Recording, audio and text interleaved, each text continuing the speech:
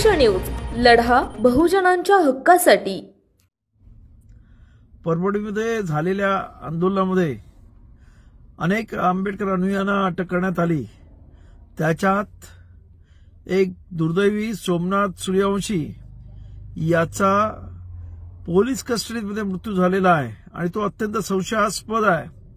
आणि त्यामुळे आमची मागणी आहे की जेवढ्या जणांना त्या पोलिसांनी पकडलंय त्या सर्वांना सरकारने ताबडतोब सोडून द्या, त्यांच्यावरचे गुन्हे काढून घ्या।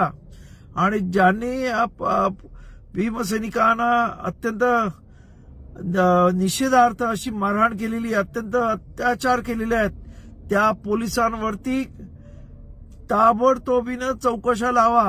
आणि उद्या माझा आंबेडकरी समाजा नव्हे तर या इथं जे संविधान प्रेमी आहेत त्या संविधान प्रेमी सर्व जनतेला आव्हान आहे की उद्या आम्ही 16 तारखेला या संविधान वाचवण्यासाठी आणि संविधान विरोधी काम करणाऱ्यांच्या विरुद्ध अख्खा महाराष्ट्र बंद करत आहोत।